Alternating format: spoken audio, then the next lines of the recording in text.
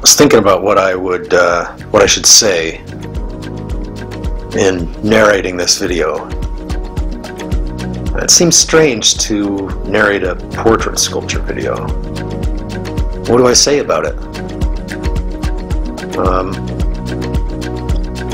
I intend to do a lot of these videos. I love portrait sculpture, and it's a major part of, well, one of the most important series of my work. I have a couple of different things that I do, but this is a major one, a big part of it. And so I can see how I could very easily repeat myself each time. I'm interested in exploring human diversity, not because of any political statement or anything like that, but just because I find it interesting. Human beings are so utterly identical to each other on the inside, and we mistake our external differences as somehow significant. Artistically, I find it interesting to sculpt people who are dramatically different looking than me. For no other reason than I find it interesting, that's all. Try to imagine myself inside that person's appearance, associating that with my own appearance, just unconsciously, automatically. I've always been inside that person's body. That's how I think of my quote-unquote self.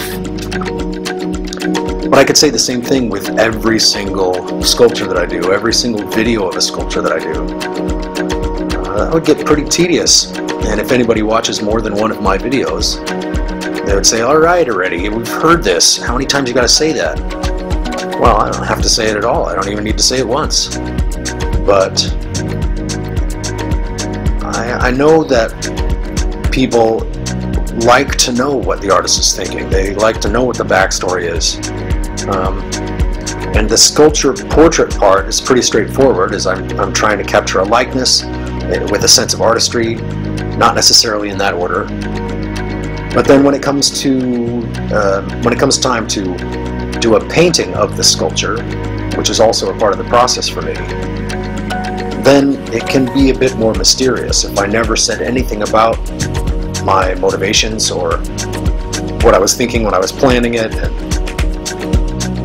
what it really means, then some people would just feel at a loss, like, what's this about?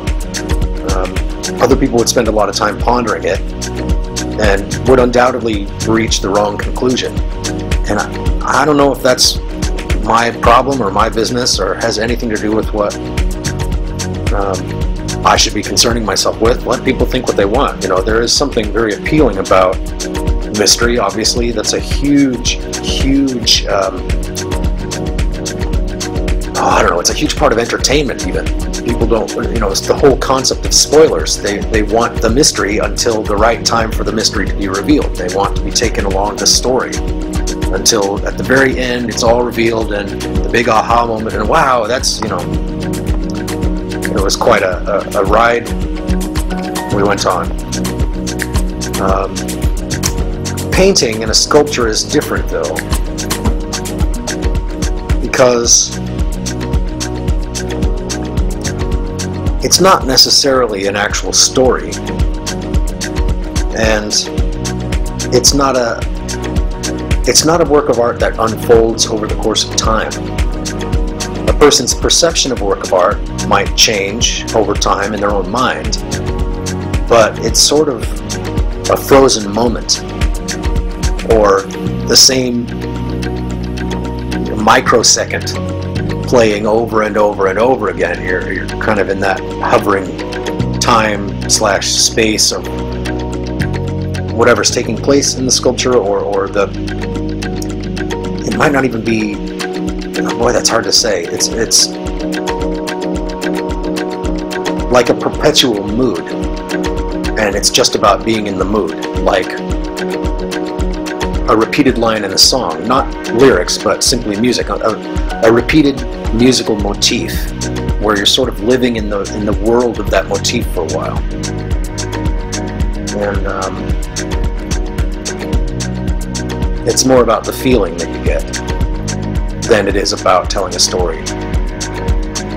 I never set out to make mysterious paintings or sculptures, but I participated in an open studio tour where people could follow a walking path, or some of them rode bikes from studio to studio in the city where I was living. It was New Haven, Connecticut, and a woman who worked at a little local newspaper did a brief interview with me, and in the article that she wrote, the blurb that was about me, it wasn't just about me, it was a number of different artists included, but she described my paintings as mysterious, and it kind of stayed with me, because that wasn't my goal, but I understood why she would say that. And I thought, is it better to just leave it at that? Or should I try to explain what I was thinking? And if I explain it, does that make it more interesting for people, or will that deflate them? And do I care whether they have that response or not? And I thought, if I leave it mysterious, a person can ponder it however much they're inclined to, and if it's something they're interested in and they ponder it a lot and they come to completely the wrong conclusion about what my intentions were, do I care about that? Is that important to me? Does it matter? Honestly, I don't know. I guess I would have to hear a really stupid conclusion that somebody came to before I could decide, no, you don't understand. That's not what I was doing at all. If somebody came to a conclusion that was not what I was thinking, but it's harmless, then I don't know. Honestly, I don't know. It reminded me of a scene from the Woody Allen movie called Annie Hall, where this college professor who teaches a class in television and film is waxing philosophical about the work of this one particular director, and Woody Allen is complaining to Diane Keaton about this guy. He's going on and on, and he's spitting on my neck, and he's, can't he express his opinion more quietly, etc., etc. Until Woody Allen's character turns to the camera and says, what's this about? And then the college professor who was waxing philosophical joins him, and he says, what, I can't express my opinion? And Woody Allen says, here, I've got the director of the movie that you were talking about right here. And the director comes out from behind a sign and says to the professor, you don't know me or anything about my work. Your conclusions are completely wrong. You don't have the first clue. I don't know how you got the job in the first place. I thought that was really interesting. If I had the privilege of going to a gallery where my paintings were displayed, sculptures and paintings, and I heard somebody expressing some idea about what my work meant, and it was completely different than what I actually was intending, would I speak up? Would I correct them? Or do I care that much what other people think? I don't know.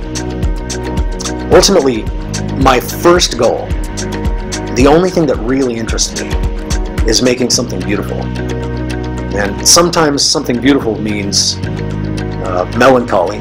Sometimes it means simply calm. I don't really do things that I consider to be exciting anymore. I don't use a lot of diagonals. I don't do a lot of action. In fact, for a long time, I described the real subject of my work as stillness.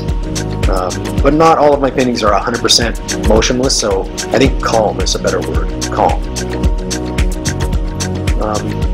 But I definitely understand that there is room for interpretation of the kind of work that I do.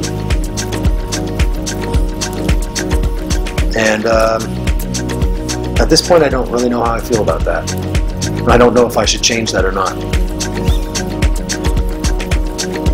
How's that for a cliffhanger?